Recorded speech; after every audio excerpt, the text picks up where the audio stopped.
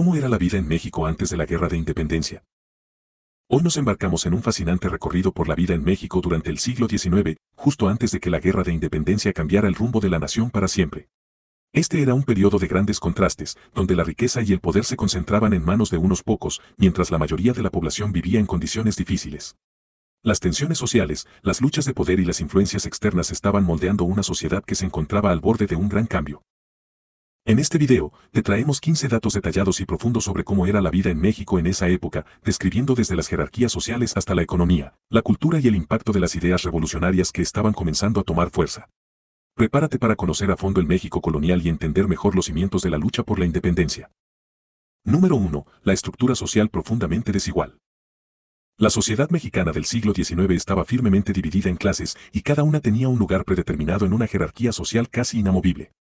En la cima de esta estructura estaban los peninsulares, españoles nacidos en Europa que gozaban de los mejores puestos administrativos, políticos y económicos. Ellos dominaban el comercio exterior, ocupaban los cargos de gobierno más importantes y manejaban una gran parte de la riqueza del territorio. A menudo eran percibidos como arrogantes y distantes, lo que generaba resentimiento entre otros grupos sociales. Debajo de los peninsulares estaban los criollos, personas de ascendencia española nacidas en México. Aunque eran ricos y muchos de ellos bien educados, siempre eran relegados a un segundo plano frente a los peninsulares, especialmente en lo que se refería a ocupar posiciones de autoridad. Esta discriminación sembraba un profundo resentimiento, ya que los criollos veían como sus posibilidades de ascender en la jerarquía estaban limitadas simplemente por su lugar de nacimiento, no por su capacidad o méritos. Este sentimiento de exclusión fue uno de los factores que motivaron a muchos criollos a unirse al movimiento independentista. Más abajo en la pirámide estaban los mestizos, hijos de españoles e indígenas, que constituían una gran parte de la población. A menudo se dedicaban a trabajos artesanales, pequeños comercios y labores agrícolas. Aunque algunos lograron destacar y ascender socialmente, la mayoría vivía en condiciones de pobreza. Su posición en la sociedad era incierta, no eran considerados indígenas, pero tampoco tenían los mismos derechos que los criollos o peninsulares. Esta ambigüedad social hacía que su vida cotidiana estuviera llena de obstáculos y dificultades. Finalmente, en la base de la estructura social, se encontraban los indígenas y esclavos africanos, que eran explotados sin misericordia. A los indígenas se les obligaba a trabajar en minas y haciendas bajo condiciones extremadamente duras, y a menudo eran obligados a pagar tributos a la corona. Aunque la esclavitud oficial había sido abolida para los indígenas, en la práctica seguían siendo tratados como propiedad.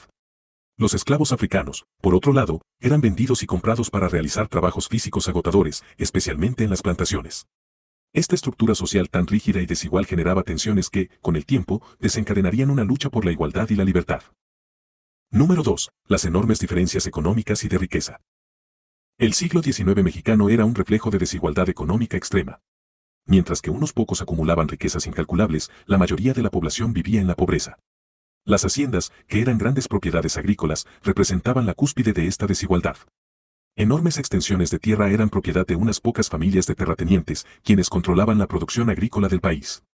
Estas haciendas no solo producían alimentos, sino también productos como el tabaco, el añil y el cacao, que eran vendidos tanto en el mercado interno como en el extranjero. Los trabajadores de las haciendas vivían bajo un sistema conocido como peonaje, en el que a menudo eran obligados a trabajar largas horas a cambio de salarios miserables. Peor aún, muchos campesinos se veían atrapados en un ciclo de deudas perpetuas. Los dueños de las haciendas ofrecían préstamos a sus trabajadores, pero las condiciones eran tan severas que estos nunca podían saldar la deuda, quedando prácticamente esclavizados de por vida. Así, generaciones de campesinos quedaban atados a las mismas tierras, trabajando para los mismos amos sin posibilidad de escapar. Además de las haciendas, la minería era otra gran fuente de riqueza, especialmente en regiones como Guanajuato y Zacatecas, donde las minas de plata eran explotadas sin descanso. Aunque esta industria generaba ingresos significativos, estos beneficios se distribuían de manera muy desigual. Los mineros, en su mayoría indígenas y mestizos, trabajaban en condiciones peligrosas, a menudo poniendo en riesgo sus vidas por salarios irrisorios. Las minas eran propiedad de ricos empresarios, muchos de ellos peninsulares, que acumulaban fortunas mientras la mayoría de los trabajadores apenas lograban sobrevivir. Este sistema de explotación económica se convirtió en una fuente constante de tensiones y resentimientos que posteriormente se canalizarían en la lucha por la independencia. Número 3. El control absoluto de la Iglesia Católica. La Iglesia Católica tenía una presencia omnipresente en la vida de los mexicanos del siglo XIX. Su influencia no se limitaba solo al ámbito espiritual, la Iglesia era una fuerza política y económica que controlaba vastas extensiones de tierra y poseía una enorme riqueza. Prácticamente cada aspecto de la vida cotidiana estaba bajo su supervisión, desde el nacimiento hasta la muerte. La Iglesia administraba escuelas, hospitales, orfanatos y hasta tribunales. De hecho, la educación estaba prácticamente monopolizada por instituciones religiosas, lo que significaba que las ideas que se transmitían a las nuevas generaciones estaban siempre alineadas con la doctrina católica. El poder de la Iglesia se extendía también a la vida política. En muchos casos, los obispos y otros altos funcionarios eclesiásticos actuaban como asesores de los gobernantes y sus opiniones tenían un peso significativo en la toma de decisiones. Pero este poder no estaba exento de controversias. La acumulación de tierras y propiedades por parte de la Iglesia generaba tensiones, especialmente entre los criollos que veían en esta institución un obstáculo para el progreso económico. Además, los altos impuestos y diezmos que exigía la Iglesia eran una carga para los campesinos y los pequeños comerciantes, que veían gran parte de sus ingresos evaporarse en forma de tributos eclesiásticos. Número 4. Las ciudades coloniales y la vida urbana. La vida urbana en el México del siglo XIX, especialmente en ciudades como Ciudad de México, Puebla, Guadalajara y Veracruz, era un reflejo de las diferencias sociales y económicas que predominaban en el país. Las ciudades coloniales eran el epicentro del comercio, la política y la cultura, pero también eran lugares donde se veía con mayor claridad la desigualdad. Las calles principales y los centros urbanos estaban llenos de edificios majestuosos, como catedrales, palacios y casas señoriales, construidos con una arquitectura barroca y neoclásica que demostraba la influencia y poder de la élite. Sin embargo, no todos podían disfrutar de estas comodidades. Mientras que las clases altas vivían en grandes casonas con patios interiores, adornos de lujo y acceso a bienes importados de Europa, los barrios pobres, ubicados en la periferia, mostraban una realidad completamente distinta. Las viviendas humildes, muchas veces hechas de adobe y sin servicios básicos, se agrupaban en zonas abarrotadas y con condiciones de higiene muy precarias. Aquí vivían artesanos, comerciantes menores, trabajadores y campesinos que llegaban a la ciudad en busca de mejores oportunidades, pero que rara vez lograban escapar de la pobreza. Además, las plazas centrales de las ciudades no solo eran el corazón económico y social, sino también lugares de reunión para las actividades diarias de la gente. Era común ver mercados vibrantes donde se vendían productos locales, artesanías y alimentos, mezclando la herencia indígena con las costumbres europeas. Estas plazas también eran escenario de eventos religiosos, ferias, espectáculos y manifestaciones públicas, lo que las convertía en puntos de encuentro fundamentales para la vida urbana. Sin embargo, a medida que la tensión social aumentaba, también se convirtieron en escenarios de conflictos, conspiraciones y debates que anunciaban el fin del orden colonial. Número 5. La importancia de las rutas comerciales y los mercados. El comercio era la columna vertebral de la economía colonial, y México, por su ubicación estratégica, se convirtió en un punto clave dentro de las rutas comerciales del Imperio Español. Veracruz era el principal puerto de entrada y salida de mercancías, conectando a Nueva España con Europa, el Caribe y otras partes del mundo. Aquí llegaban productos de lujo como sedas, vinos, joyas, especias y maquinaria, mientras que salían productos mexicanos como plata, cacao, tabaco y cuero.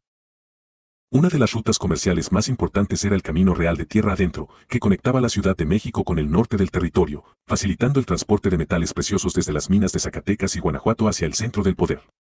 Estas rutas eran custodiadas por soldados y vigilantes, ya que eran propensas a ser atacadas por bandidos y contrabandistas que aprovechaban los viajes largos y peligrosos para saquear las caravanas. Los comerciantes que lograban hacer estos trayectos con éxito obtenían grandes beneficios, pero el riesgo siempre era alto. El comercio interno se daba principalmente en los tianguis y mercados locales, donde se mezclaban productos indígenas con mercancías traídas de Europa y Asia. La población rural y urbana se abastecía en estos mercados, que se convertían en centros de intercambio económico y cultural. En estos espacios se podía ver la diversidad de la vida mexicana, indígenas vendiendo artesanías, mestizos negociando precios de frutas y verduras, y criollos observando desde sus puestos, supervisando el comercio. Esta mezcla de culturas e influencias, aunque a menudo relegada a la periferia, era un componente fundamental del México preindependiente. Número 6. El papel de la educación y la influencia de la Ilustración. En el México del siglo XIX, la educación era un privilegio reservado casi exclusivamente para las clases altas. Los criollos ricos y los peninsulares enviaban a sus hijos a escuelas privadas administradas por la Iglesia, donde recibían una educación centrada en la religión, las humanidades y el latín. Esta educación estaba destinada a formar administradores y funcionarios que perpetuaran el sistema colonial. Sin embargo, esta educación no llegaba a las clases más bajas, que apenas recibían instrucción básica. Pero a medida que avanzaba el siglo, las ideas de la Ilustración comenzaron a filtrarse en la sociedad mexicana, especialmente a través de los criollos que tenían acceso a libros y textos extranjeros. Estas ideas promovían valores como la libertad, la igualdad y los derechos del individuo, conceptos que empezaron a resonar con aquellos que sentían el peso de la opresión colonial. Los pensadores ilustrados cuestionaban el papel absoluto de la Iglesia y la monarquía, y planteaban la necesidad de reformas sociales, económicas y políticas. Estas nuevas corrientes de pensamiento fueron fundamentales para la formación de una conciencia nacional y para el surgimiento de líderes que más adelante estarían al frente del movimiento independentista. En ciudades como la Ciudad de México y Querétaro, se formaron círculos de intelectuales que discutían sobre la necesidad de cambios y la posible independencia de España.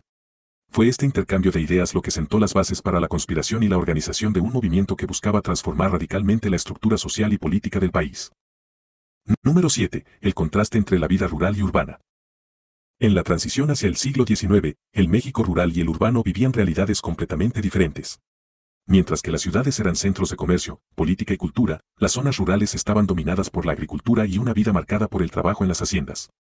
Las familias rurales vivían principalmente de lo que cultivaban y sus días giraban en torno a la siembra y cosecha de maíz, frijol, chile y otros productos básicos. Estas comunidades eran esencialmente autosuficientes, pero también estaban controladas por terratenientes que decidían las condiciones laborales y económicas. La vida rural era dura, y las familias campesinas vivían en casas simples de adobe o madera, con techos de paja. No tenían acceso a las mismas oportunidades que las clases urbanas, la educación era casi inexistente y la salud pública era un lujo que pocos podían permitirse. Las festividades religiosas y las ferias locales eran los únicos momentos de respiro, donde las comunidades se unían para celebrar, bailar y compartir, pero fuera de estos eventos, la vida era una lucha constante por la supervivencia. Por otro lado, las ciudades ofrecían oportunidades que no existían en el campo, aunque estas oportunidades también estaban limitadas por la clase y el origen. Aquí, había una mayor diversidad de empleos, desde artesanos y comerciantes hasta intelectuales y militares. La vida urbana estaba llena de contrastes, con lujosas mansiones conviviendo con barrios de trabajadores humildes. Los avances tecnológicos y las novedades importadas llegaban primero a las ciudades, creando una diferencia palpable en el estilo de vida de los habitantes urbanos y rurales. Número 8. Las haciendas y la economía rural. Las haciendas eran la columna vertebral de la economía rural en México antes de la Guerra de Independencia. Funcionaban como enormes fincas agrícolas o ganaderas que abarcaban vastas extensiones de tierra. Propiedad de la élite criolla y de algunos peninsulares, las haciendas eran centros de producción agrícola donde se cultivaban productos como maíz, frijol, trigo, caña de azúcar y tabaco, así como de cría de ganado. A diferencia de las pequeñas parcelas campesinas, estas propiedades operaban casi como mini imperios, con una organización compleja que incluía viviendas para los trabajadores, almacenes, molinos y capillas. La vida en las haciendas era dura, especialmente para los peones que trabajaban en ellas. Muchos campesinos vivían bajo un sistema de servidumbre casi feudal, conocido como deuda peonil. Esto significaba que los trabajadores, al endeudarse con el dueño de la hacienda para cubrir necesidades básicas, quedaban atrapados en un ciclo de deudas que nunca lograban pagar del todo. Así, sus familias podían pasar generaciones trabajando para el mismo patrón sin la posibilidad de emanciparse económicamente. Aunque algunos terratenientes ofrecían cierto grado de protección y beneficios a sus peones, la mayoría explotaba la mano de obra para maximizar sus ganancias. Las haciendas no solo eran centros de producción económica, sino también de poder político y social. Los propietarios ejercían un gran control sobre las comunidades locales, y muchas veces eran quienes decidían asuntos de justicia y política en sus regiones. Este poder se extendía más allá de sus tierras, ya que muchos de estos terratenientes tenían conexiones directas con las autoridades coloniales, asegurándose de que sus intereses fueran protegidos. Esta estructura de poder fue uno de los motores que alimentó las tensiones sociales que desencadenaron el movimiento de independencia. Número 9. Las minas y la explotación de recursos naturales. México, antes de la independencia, era una de las mayores fuentes de riquezas minerales para la corona española. Las minas, especialmente las de plata, eran explotaciones que generaban inmensas fortunas para España, pero también eran un lugar de arduo trabajo y sufrimiento para muchos. Guanajuato, Zacatecas y San Luis Potosí eran algunas de las regiones mineras más importantes y sus riquezas ayudaron a sostener la economía colonial durante siglos. La vida en las minas era extremadamente peligrosa y extenuante. Los mineros, muchos de ellos indígenas y mestizos, trabajaban largas jornadas en condiciones insalubres y en entornos oscuros y peligrosos. Las explosiones, derrumbes y enfermedades respiratorias eran comunes y la esperanza de vida para los trabajadores mineros era baja. Para los dueños de las minas, sin embargo, era una fuente constante de ingresos. Las riquezas extraídas no solo financiaban las arcas de la corona española, sino que también contribuían a la economía de las élites criollas locales que operaban las minas bajo concesiones otorgadas por el gobierno colonial. La explotación de los recursos minerales, sin embargo, también trajo consigo conflictos. Las condiciones de trabajo y las injusticias económicas en las minas fomentaron un clima de resentimiento entre los trabajadores y las autoridades coloniales. A medida que crecía el descontento, comenzaron a surgir líderes que abogaban por mejores condiciones y un trato más justo, lo que plantó las semillas para las futuras luchas sociales que desembocarían en la independencia. Número 10. Las desigualdades sociales y las castas. Una de las características más marcadas de la sociedad mexicana antes de la independencia era el sistema de castas. Este sistema clasificaba a las personas según su origen racial y determinaba gran parte de su posición social, sus derechos y sus oportunidades. En la cúspide de esta jerarquía se encontraban los peninsulares, españoles nacidos en la península ibérica que ocupaban los puestos más altos en el gobierno, la iglesia y el comercio. Debajo de ellos estaban los criollos, descendientes de españoles nacidos en América, que aunque poseían riquezas y propiedades, eran marginados de los puestos más importantes por no haber nacido en Europa. Más abajo en la jerarquía social se encontraban los mestizos, personas de ascendencia mixta europea e indígena. Los mestizos tenían mayores oportunidades que los indígenas y esclavos africanos, pero aún así enfrentaban discriminación y limitaciones para ascender socialmente. En la base de la pirámide se encontraban los indígenas y africanos esclavizados, quienes soportaban las peores condiciones de vida y trabajo. Aunque los indígenas constituían una gran parte de la población, eran obligados a pagar tributos y trabajar en condiciones casi de esclavitud en las tierras de los colonos y las minas. El sistema de castas no solo definía el acceso a recursos económicos, sino que también influía en todos los aspectos de la vida diaria, desde la educación hasta el matrimonio. Esta estructura rígida y discriminatoria fue una de las causas fundamentales de las tensiones sociales que eventualmente llevaron a la lucha por la independencia, ya que los criollos comenzaron a cuestionar el sistema que los relegaba a un segundo plano a pesar de ser ricos y poderosos en sus tierras. Número 11. La influencia de la Iglesia Católica. La Iglesia Católica era una de las instituciones más poderosas en el México colonial. No solo controlaba gran parte de la vida espiritual de la población, sino que también tenía un enorme poder económico y político. La iglesia poseía vastas extensiones de tierra, operaba misiones y monasterios, y era dueña de numerosas haciendas y negocios. Además, los clérigos eran figuras de autoridad que influían en las decisiones del gobierno colonial y actuaban como intermediarios entre la corona y la población local. Para la mayoría de los habitantes de la Nueva España, la religión jugaba un papel central en la vida cotidiana. La mayoría de las festividades importantes eran de carácter religioso, y las parroquias locales eran el centro de la vida social y comunitaria. Los sermones y las doctrinas enseñadas en las iglesias ayudaban a mantener el orden social, promoviendo la sumisión a las autoridades y el respeto a la jerarquía establecida. Sin embargo, no todo era armonía, ya que el poder de la iglesia también generaba controversias, especialmente en temas de explotación y control sobre las comunidades indígenas. A medida que se acercaba la independencia, la influencia de la Iglesia comenzó a ser vista como un obstáculo por algunos sectores que buscaban cambios radicales. Aunque muchos sacerdotes apoyaron la rebelión, otros se aferraron a mantener el status quo. Esta división dentro de la Iglesia reflejaba las tensiones más amplias en la sociedad y tuvo un impacto significativo en la forma en que se desarrollaron los eventos que llevaron a la independencia. Número 12. El sistema educativo y la influencia de las universidades. La educación en la Nueva España, antes del estallido de la independencia, estaba profundamente marcada por la influencia de la Iglesia Católica y la élite colonial. Aunque la mayoría de la población, especialmente los indígenas y mestizos, no tenía acceso a la educación formal, las élites criollas y peninsulares sí podían educarse en instituciones prestigiosas. En la Ciudad de México, la Real y Pontificia Universidad de México era el centro educativo más importante, fundada en 1551. Esta universidad impartía estudios en teología, derecho, medicina y artes, pero sus enseñanzas estaban alineadas con los principios de la Iglesia y la corona española, lo que significaba que las ideas revolucionarias y liberales eran reprimidas. Para muchos jóvenes criollos, la educación significaba no solo el aprendizaje de conocimientos básicos, sino también el adoctrinamiento en la lealtad al sistema colonial. Sin embargo, algunos lograron acceder a libros y escritos que circulaban clandestinamente y que traían consigo ideas de la Ilustración europea, que hablaban de libertad, igualdad y derechos humanos. Estos conceptos comenzaron a hacer eco en la mente de la juventud criolla que aspiraba a un cambio. En ciudades como Querétaro y Guanajuato, donde se encontraban centros de enseñanza menos estrictos, las ideas libertarias encontraron terreno fértil, sembrando las primeras semillas de la independencia. Además de la educación formal, la educación religiosa desempeñaba un papel crucial en la sociedad, ya que las misiones religiosas se encargaban de la instrucción básica de los indígenas. Sin embargo, esta instrucción estaba orientada más a la evangelización y la obediencia que a la verdadera educación académica. Las misiones enseñaban nociones de agricultura y artesanías para que los indígenas pudieran integrarse como trabajadores en las haciendas, pero el conocimiento estaba controlado y limitado, evitando que se desarrollara un pensamiento crítico que pudiera cuestionar el sistema colonial. Número 13. La vida cotidiana en las ciudades coloniales. Vivir en las ciudades coloniales como la Ciudad de México, Puebla o Guadalajara era una experiencia que combinaba elementos europeos e indígenas, creando una mezcla única de culturas. Las calles eran bulliciosas, llenas de mercaderes, artesanos y vendedores ambulantes. El mercado era el corazón de la actividad comercial, y allí se podían encontrar productos locales como maíz, cacao, chile, así como productos importados de Europa y Asia, como sedas, especias y porcelanas. La Plaza Mayor, ahora conocida como el Zócalo en la Ciudad de México, era el epicentro de la vida pública, donde se celebraban ferias, corridas de toros, procesiones religiosas y eventos políticos. Las ciudades también reflejaban las desigualdades de la sociedad colonial. Mientras que las élites criollas y peninsulares vivían en amplias casas de estilo barroco, con patios y jardines internos, la mayoría de la población vivía en barrios más humildes, en casas pequeñas y sin servicios básicos adecuados. Los barrios indígenas eran los más desfavorecidos, ubicados en las afueras de la ciudad, donde el acceso a la educación y la salud era casi inexistente. A pesar de las difíciles condiciones, estos barrios eran ricos en cultura, y en sus calles se mantenían vivas tradiciones indígenas que persistían a pesar de la colonización. Un aspecto importante de la vida urbana era la seguridad. Aunque las ciudades coloniales eran relativamente seguras, con patrullas nocturnas y guardias, el crimen no era desconocido.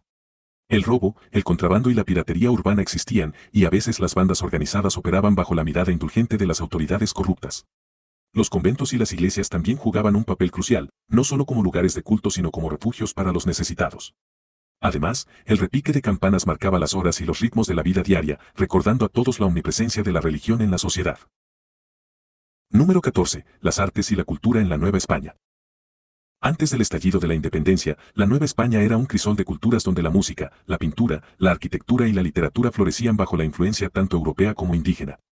La Ciudad de México se convirtió en un centro cultural vibrante, donde se construyeron espléndidas iglesias, palacios y edificios administrativos decorados con elaborados detalles barrocos. Los artistas locales, muchos de ellos mestizos, desarrollaron un estilo propio que combinaba las tradiciones indígenas con técnicas europeas, creando una identidad artística única. La pintura era una de las artes más prominentes, y los retratos y escenas religiosas decoraban tanto iglesias como hogares privados de las familias adineradas. Los pintores locales desarrollaron una paleta de colores y técnicas que les permitieron expresar no solo el fervor religioso, sino también aspectos de la vida cotidiana de la Nueva España. El arte también tenía un propósito político y social. Los cuadros de vírgenes y santos no solo eran actos de devoción, sino también herramientas de evangelización que mostraban la supremacía de la fe católica sobre las creencias indígenas. La música y la danza también eran parte integral de la vida en la Nueva España. Las festividades religiosas, como la Semana Santa y el Día de la Virgen de Guadalupe, se celebraban con procesiones llenas de cantos y música de instrumentos de cuerdas y percusión. Muchas de estas festividades incorporaban tradiciones indígenas, creando una fusión cultural que daba vida a un folclore rico y diverso. Además, en los teatros se representaban obras de teatro y óperas que atraían a las élites y a los habitantes de la ciudad, ofreciendo un espacio donde la sociedad colonial se podía mezclar, aunque de manera limitada por la jerarquía social. Número 15. El papel de las mujeres en la sociedad colonial. En la Nueva España, las mujeres desempeñaban roles fundamentales en la vida cotidiana, aunque su participación estaba severamente limitada por las normas sociales y legales impuestas por la sociedad colonial. Las mujeres de la élite criolla tenían acceso a la educación, pero esta era limitada y se centraba en enseñarles habilidades domésticas, música y religión para prepararlas para el matrimonio. Las mujeres ricas eran las encargadas de administrar el hogar, cuidar de la familia y, en algunos casos, manejar las finanzas de las propiedades de sus esposos.